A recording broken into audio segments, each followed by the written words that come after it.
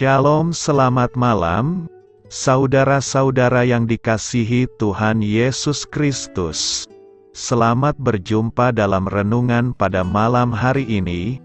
Doa dan harapan saya, saudara semua ada dalam keadaan yang baik, sehat, penuh sukacita, dan berlimpah berkat Tuhan.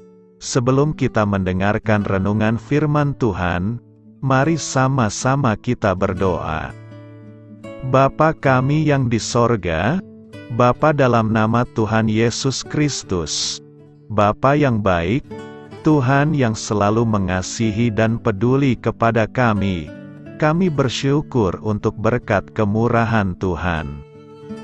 Penyertaan-Mu dari pagi hingga malam hari ini, oleh karena pertolongan Tuhan, karena tuntunan dan hikmat-Mu saja, maka kami dapat melakukan segala tugas aktivitas kami. Pada saat ini kami mau mendengarkan sabda firman-Mu, urapi kami Tuhan, agar kami mengerti dan taat melakukan kehendak-Mu. Dalam nama Tuhan Yesus, kami berdoa. Haleluya, amin.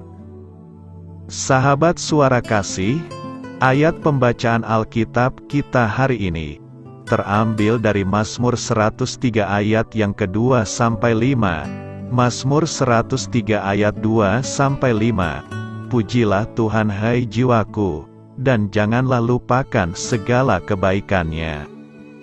Dia yang mengampuni segala kesalahan-mu, yang menyembuhkan segala penyakit-mu, Dia yang menebus hidup-mu dari lubang kubur, yang memahkotai engkau dengan kasih setia dan rahmat. Dia yang memuaskan hasrat-mu dengan kebaikan, sehingga masa mudamu menjadi baru seperti pada burung rajawali. Sahabat suara kasih, ayat emas renungan kita hari ini adalah Mazmur 103 ayat 2-3 dan 5. Pujilah Tuhan hai jiwaku, dan janganlah lupakan segala kebaikan-Nya. Dia yang mengampuni segala kesalahan-mu, yang menyembuhkan segala penyakit-mu. Dia yang memuaskan hasrat-mu dengan kebaikan, sehingga masa mudamu menjadi baru seperti pada burung rajawali. Judul renungan kita hari ini adalah Memulihkan Hidup yang Rusak. Ditulis oleh Daphne DeLay. Sahabat suara kasih, di tahun 2006, Steve Wynn, seorang kolektor seni dan pengembang real estate asal Las Vegas, menaruh sikunya di lukisan Picasso miliknya yang mahal, sembari memamerkannya kepada teman-temannya. Menurut NPR, organisasi media di Amerika Serikat, lukisan itu rencananya akan dijual senilai $139 juta kepada temannya Steve Cohen.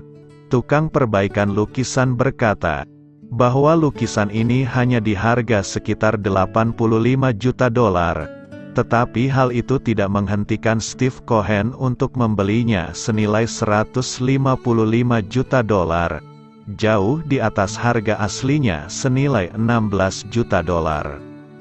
Mungkin Anda akan menggaruk kepala Anda, seperti manusia lain dari dunia seni. Kenapa seseorang rela membayar lebih untuk sekeping lukisan yang sudah rusak? Karena pada dasarnya, Cohen memahami apa yang Tuhan ketahui. Karya pemulihan dianggap sebagai karya seni dengan sendirinya. Dengan kata lain, ketika sesuatu atau seseorang dipulihkan, nilainya tentu saja meningkat. Ingatlah tentang kisah pemulihan Petrus.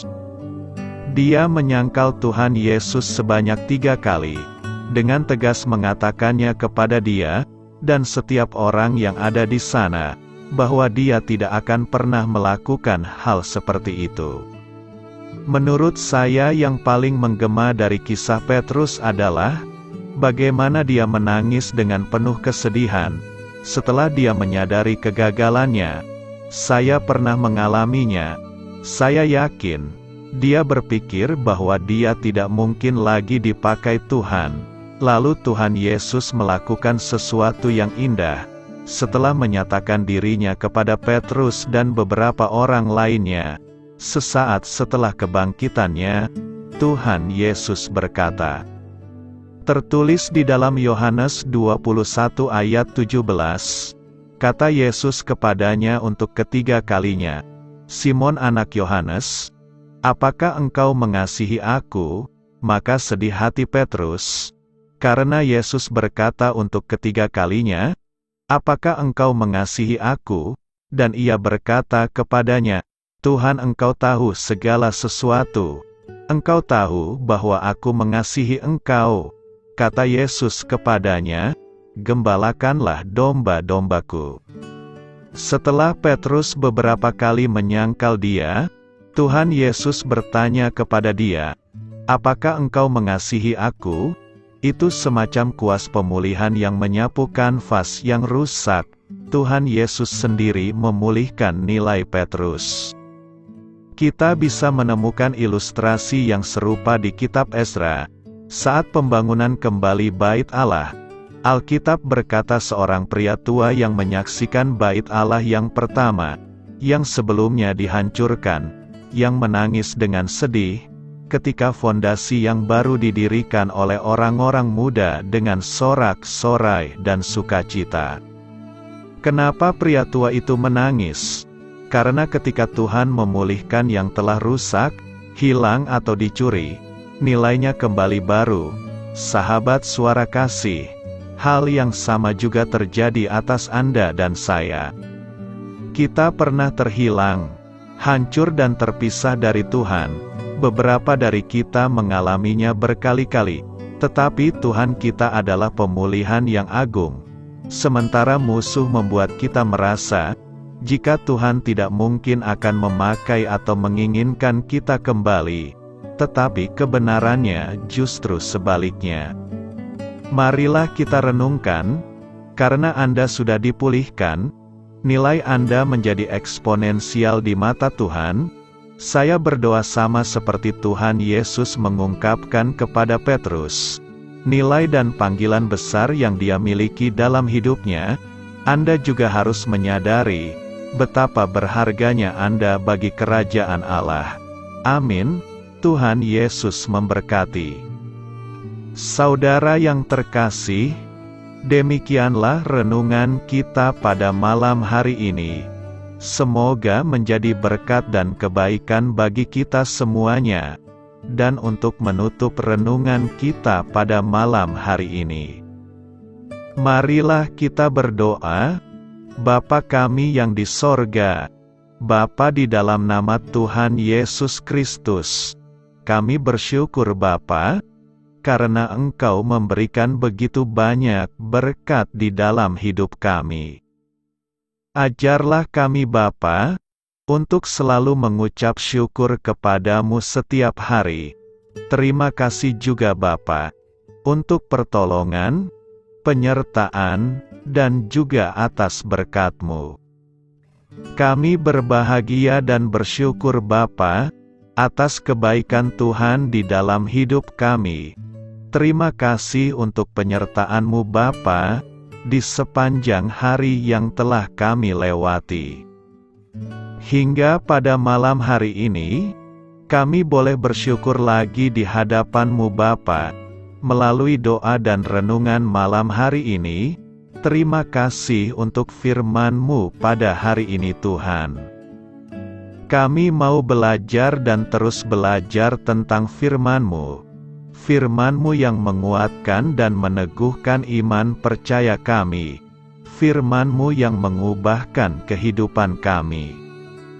Kami mau melakukan firman-Mu Bapa, di sepanjang kehidupan kami, agar kami menjadi kuat, berjalan bersama dengan Engkau. Terima kasih Bapa, untuk nafas kehidupan yang masih Engkau berikan. Kami mau pakai kehidupan kami, untuk hormat dan kemuliaan nama-Mu. Kiranya Engkau selalu memberkati hidup kami, keluarga kami, sanak saudara kami, daerah tempat tinggal kami, bangsa dan negara kami. pemerintah-pemerintah kami. Biarlah semuanya dalam perlindungan-Mu Bapa, dan jadilah sesuai kehendak-Mu yang terbaik di dalam hidup kami. Bapa, hamba berdoa untuk saudara-saudara kami yang sudah mendengarkan renungan pada malam hari ini. Biarlah yang saat ini sedang mengalami sakit penyakit, pergumulan masalah, kebutuhan ekonomi, kiranya Engkau jamah, sembuhkan dan pulihkan kehidupan mereka. Berkati perekonomian mereka, serta berikan jalan keluar di setiap masalah kehidupan yang sedang mereka hadapi. Ajarlah kami juga Bapa, untuk selalu berharap dan percaya kepada Tuhan Yesus. Pada malam hari ini Bapa, kami akan beristirahat dalam tidur kami. Kiranya Engkau sertai dan lindungi kami di sepanjang malam ini, sehingga kami boleh bangun besok pagi dengan tubuh yang sehat, kuat, serta diberkati Tuhan. Terima kasih Bapa. Inilah yang menjadi doa dan permohonan kami. Dalam nama Tuhan Yesus, kami berdoa. Amin.